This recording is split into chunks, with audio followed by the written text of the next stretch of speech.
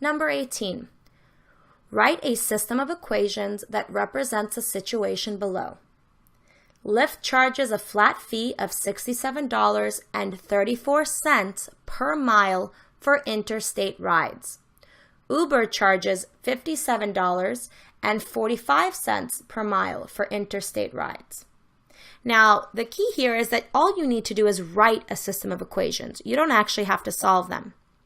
Let's go back, let's organize all of our information and come up with a system of equations. So first we're talking about Lyft. So I'm going to start organizing my information.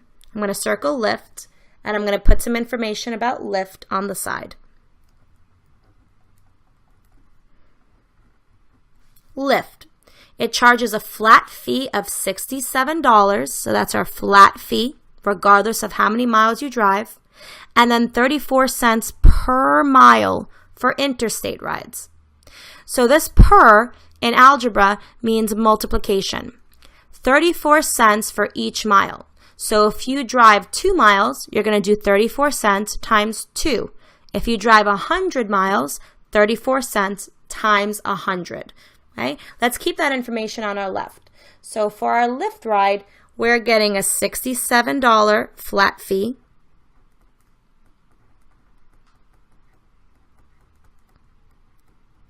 And then we're going to be charged 34 cents, so 0.34 per mile for interstate rides. Now for Uber, they're charging $57 as their flat fee and then 45 cents per mile for interstate rides. So Uber, I'm going to start creating some information for Uber. $57, that's their flat fee. And then 45 cents, 0.45 per mile.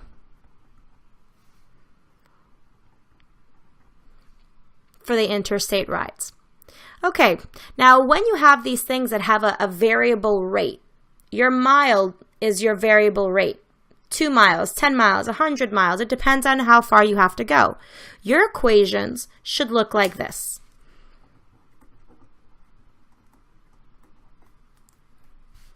It should have your constant rate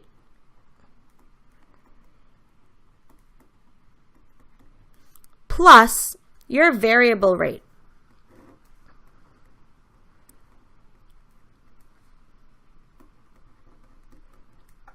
However much you're going per mile.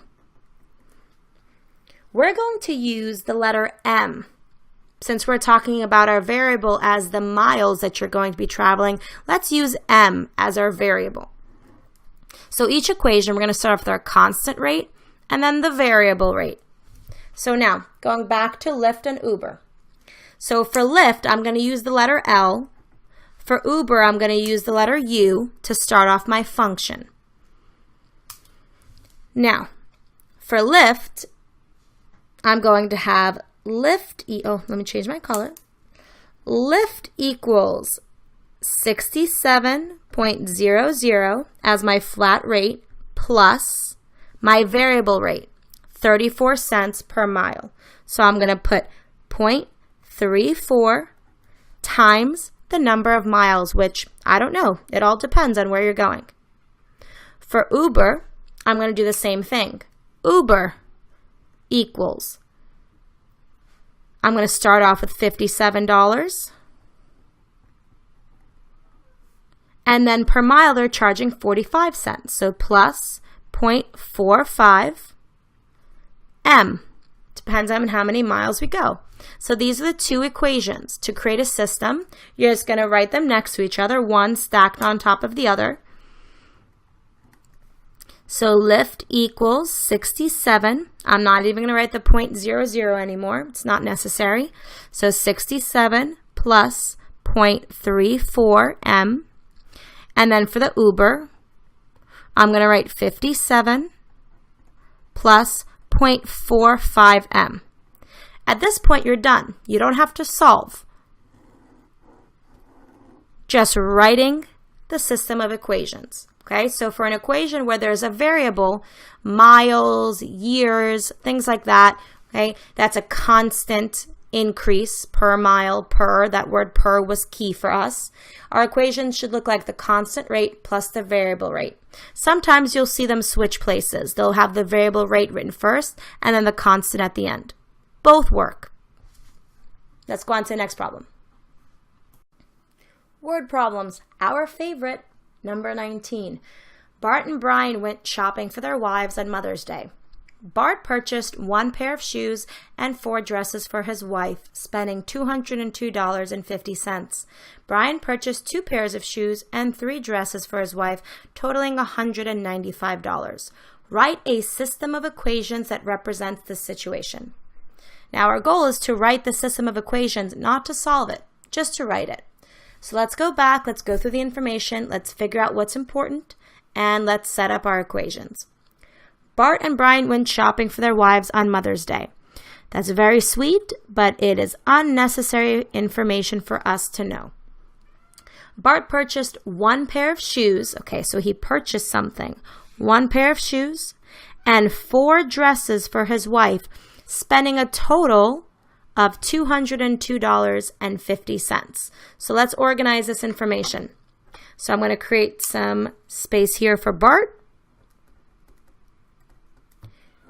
And he purchased 1 pair of shoes. So I'm just going to write 1 for shoes, 4 for dresses.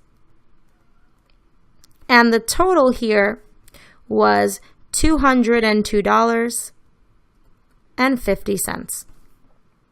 Now let's talk about Brian. Brian purchased 2 pairs of shoes and 3 dresses for his wife, totaling $195. Okay, so let's talk about Brian.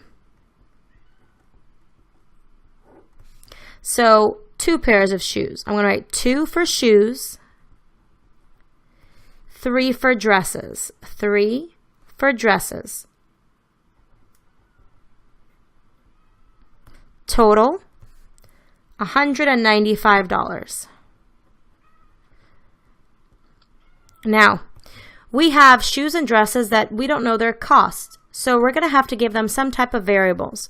Now, I'm going to give the variable of S for shoes and D for dresses. Now, when I start creating the equation for Bart,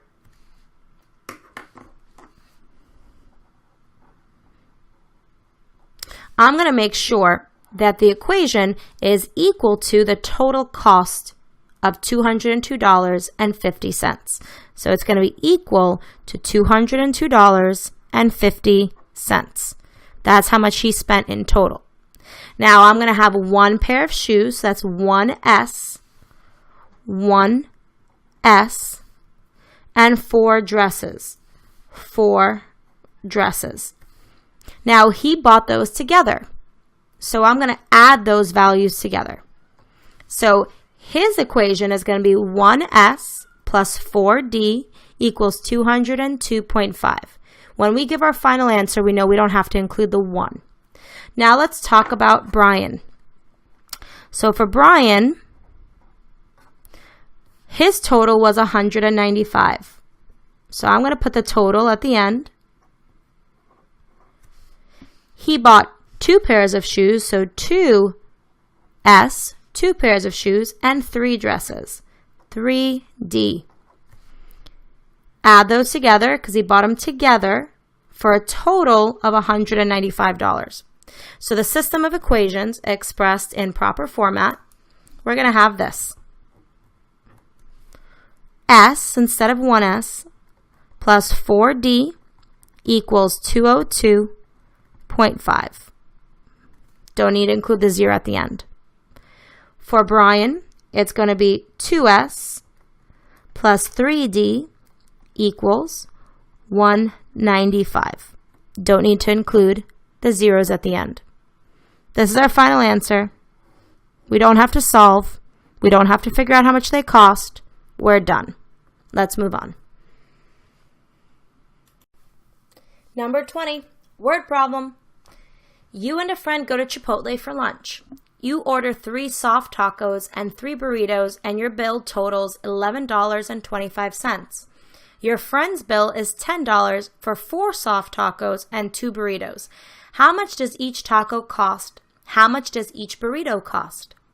Okay, let's go back. Let's start organizing our information to figure out what's happening and what we need to do. So you and a friend go to Chipotle for lunch. Thank you. Next. You order 3 soft tacos and 3 burritos, and your bill totals $11.25. Okay, so we're talking about you. So I'm going to start organizing my information here on the right. The left, you. And we have 3 soft tacos. So I'm going to do 3. And for soft tacos, I think I'll use the letter T. 3 tacos. T. And 3 burritos. 3 burritos. Sounds like a lot of food. And really expensive, too. And your bill totals $11.25. I don't know, maybe this was discount prices, but $11.25 total.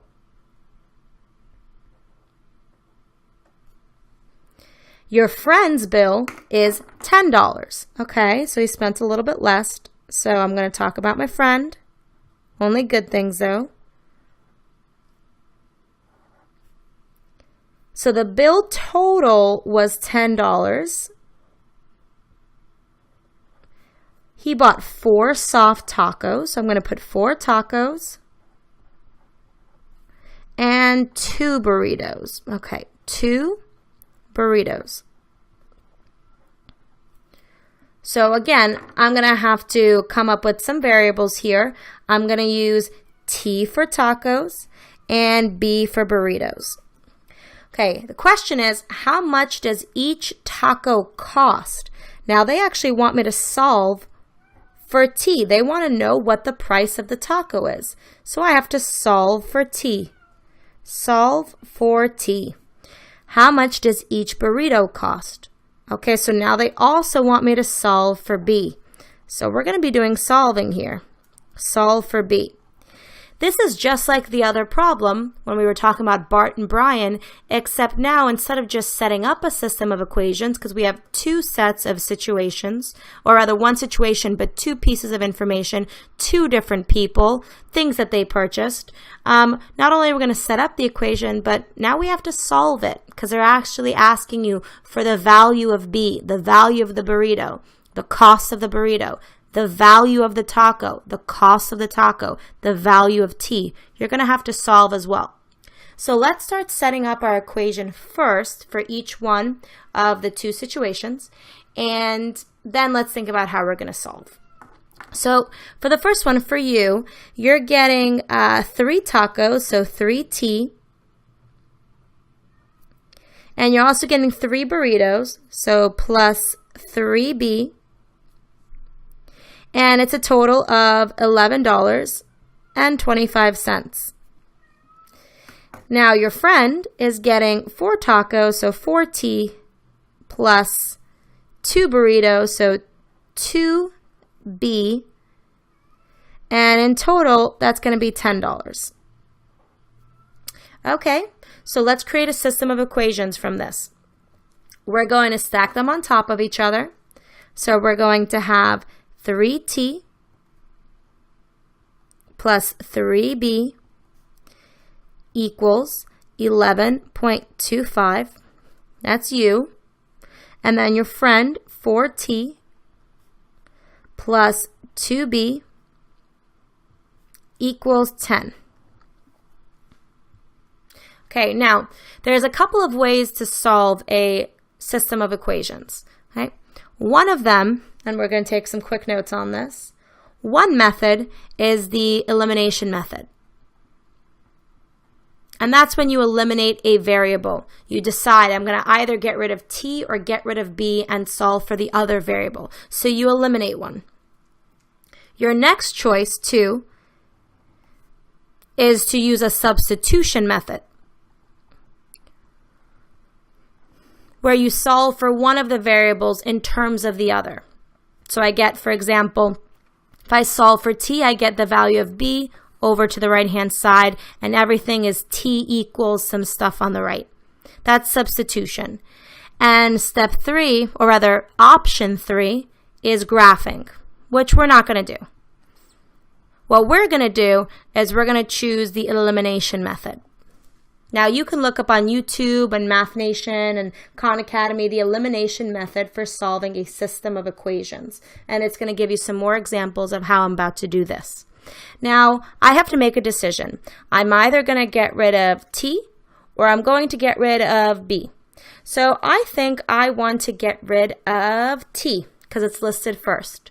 So to get rid of t, what I want to do is I want to have the same number top and bottom as my coefficient. So for example, I'm going to look at 3 and 4 and I'm going to try and figure out what's the lowest common multiple. Sometimes it's really quick and easy if I just multiply the top by the bottom number and then the bottom by the top number. So for example, I'm going to multiply the entire equation by 4 because that's the bottom number. So if I multiply 4 by everything, I'm talking about 4 times this first 3, 4 times the second 3, 4 times the 11.25. So if I do that, let's do the math. 4 times 3t is 12t. 4 times 3b, again, is 12b. And then 4 times 11.25, well, that's going to require some working out. So 11.25 times 4. 4 times 5 is 20, 0, 2. 4 times 2 is 8, plus 2 is 10, 0, 1. 4 times 1 is 4, plus 1, 5. 4 times 1 is 4. And now I have 2 decimal places here. So starting here, I'm going to put 2 decimal places. 1, 2. So it's going to be 45. So I'm going to have 12t plus 12b equals 45.00. Now I'm going to do the same thing to the bottom. However, with the bottom, instead of just multiplying it by 3, which is that top number, I'm going to multiply it by negative 3. And you'll see what happens. So one of them is going to have to be negative, and I'm going to choose to make the bottom negative. There's a lot of choice with systems of equations. I choose to make the bottom one negative. So same thing, you're going to distribute the negative 3 to all of the terms. So negative 3 times 4t is negative 12t. Negative 3 times 2b is negative 6b. Negative 3 times 10 is negative 30. And now, I'm going to draw my line. I like to switch colors and keep myself organized. Okay. Now we're going to solve. We're going to start combining downwards. Okay, start combining downwards. So 12t minus 12t, those cancel. Those eliminate. That's why it's called the elimination method. Positive 12 minus 6, you're left with positive 6. 12 minus 6 is positive 6b equals. Now we have 45 minus 30, and you're going to be left with 15.00. You don't really have to have the 0.00. I'm just reminding you this was the cost. So basically 6 burritos cost $15. Now, next step is we have to divide both sides by 6 because we want to figure out what b is. What's the cost of a burrito? 6 is canceled. b equals 15 divided by 6. Well, you're probably going to have to do some division, some long division here. So let's do that. 15 divided by 6. 6 doesn't go into 15 evenly, but 6 can go into 15 at least twice. We can get to 12, right? So we're going to have 2 here. 6 times 2 is 12, so I'm going to subtract 12. 5 minus 2 is 3. 1 minus 1 is 0. Okay? And now we're going to include a 0. We're adding a 0, so we have to put a decimal. Bring the 0 down. Now we're going to ask, does 6 go into 30? And the answer is yes. 6 times 5 goes into 30. So 6 times 5 is 30. Subtracting 30 here, we get 0. And we're done. 2.5 is how much B is equal to. Now, what does that mean? That means the cost of a burrito is $2.5. So the burrito equals $2.50. Now, to figure out the cost of the taco, because all we did was a second part here, we also have to figure out the cost of the taco.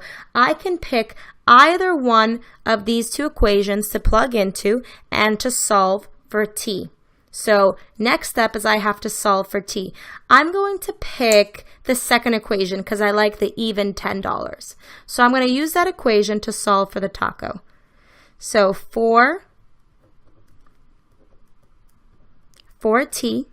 plus 2b equals 10.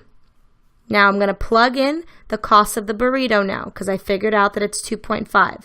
So 4t plus 2 times 2.5 equals 10. 4t plus 2 times 2.5 is 5 equals 10. 4t plus 5 equals 10. I'm going to subtract 5 from both sides.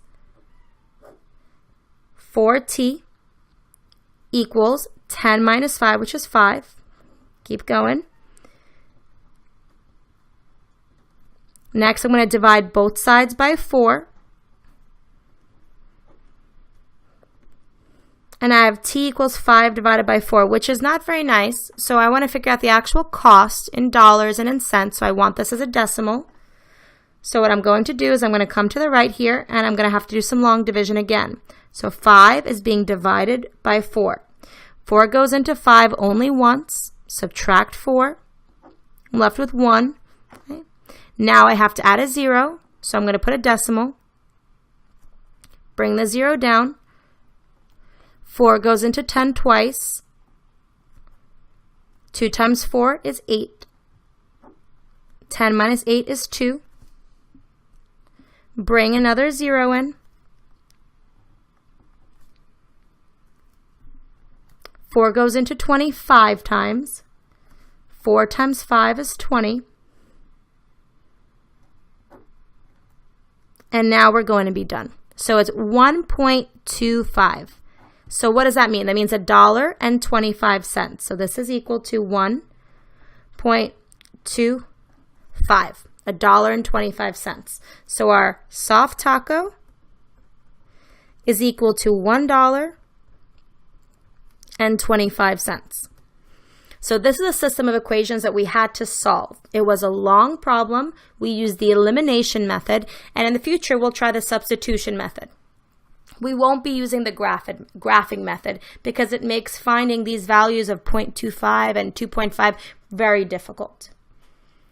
Last question for the non-calculator section. Number 21. The irregular figure below represents a backyard lot. Find the total area of the backyard. Now this first sentence, the irregular figure below represents a backyard, I don't really care. What I care about is finding the area. When you find area, you're going to be multiplying. All area formulas involve multiplication. You're filling up the space. You're multiplying. Now, to me, this looks like two rectangles that are next to each other. So you have to make sure that you know the area formula for a rectangle. You've been learning it since elementary school. Maybe you've heard it as base times height, or maybe you've heard it as length times width. Either way, you're going to be multiplying. Let me get this back in the screen. Okay, so either way, you're going to be multiplying. Now, the key is that you notice there's two separate sections here. I'm going to have to find the area of section 1 and find the area of section 2, and then at the end, I'm going to have to combine them. I'm going to have to add them together. So what you're going to be doing is you're going to find the area of section 1, then you're going to find the area of section 2, and then you're going to have to add them to give you the total area. You're not going to get a single number because all we have here are x's. So just expect that your final answer should have a bunch of x's involved. Now, let's find the area of section 1. So for section 1, we have 4x plus 7 and 12x minus 9 as my base and height. I'm going to multiply those two things together. Let me start writing it out. 4x plus 7 times 12x minus 9. When we multiply binomials together, you're going to distribute both terms, or however many terms were in the first parentheses, to all the terms on the parentheses in the right. So let's start off. 4x times 12x. Now we're multiplying x's together. So your final answer is going to have an x squared. 4x times 12x is going to be an x squared when you multiply those x's. 4 times 12 is 48. Next, 4x times negative 9. 4 times negative 9 is negative 36. And the x doesn't have anything to multiply by, so we just bring you along for the ride. Moving on, 7 times 12x. Well, maybe I don't know that off the top of my head, so I'm going to have to work it out. 12 times 7. 7 times 2 is 14. 4, carry the 1 up. 7 times 1, 7 plus 1, 84. So 7 times 12x is 84x. And lastly, 7 times the negative 9. 7 times a negative is going to give you a negative. 7 times negative 9 is negative 63. And now we have to combine like terms. So I have 48x squared as my only x squared term. But then I have a negative 36x and a positive 84. So you're going to have to use either your number line if you want to have it go all the way out to 100, or you're going to subtract 36 from 84. Let's do that. 84 minus 36. Now, 6 can't be taken from 4, so we have to borrow 1. 14 minus 6 is going to give you 8. 7 minus 3 is going to give you 4. So you have 48x. Negative 36x plus 84x is positive 48x. And lastly, we have a negative 63. Now let's move on to section 2. Section 2, this is all section 1. Section 2, we have 3x and x squared minus 1. I'm going to keep the 3x outside the parentheses, and then I'm going to protect x squared minus 1 by putting it in parentheses.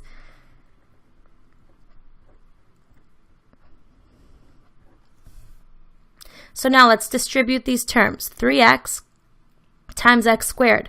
Well, x times an x squared, you're going to add the exponents. Imagine there is an invisible 1 there. Add the exponents. So 1 plus 2 is 3. So you're going to have 3x to the third power. And next, 3x times negative 1 is a negative 3x. That one was much quicker. Now, last step is you have to combine the two of these together. We have to add them, because we want the total area. We're adding them. So let's see what like terms we can combine. We have only one x to the third term, and that's 3x to the third. Let's see if we have any x squareds. We have 1 x squared right here, a 48x squared.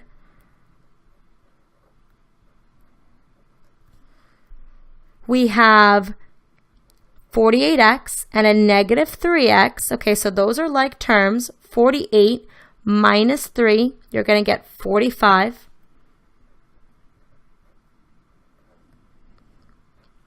And lastly, we just have one whole number, the negative 63. Okay, so the total area of the backyard is this expression. 3x cubed plus 48x squared plus 45x minus 63. We're done. So remember, to find area, you're going to multiply the base and the height, or sometimes you refer to it as length and width. You're going to multiply them together. If it's 2 pieces or 3 pieces or 4 pieces, all of different sections, add them all together at the end. But find the area of each rectangle or each triangle or whatever they give you as your shape. Add them together only at the end. But first, you're going to find the area by doing base times height. So I hope you enjoyed your time reviewing the non-calculator section. Next time, you'll be doing the calculator section. See you then.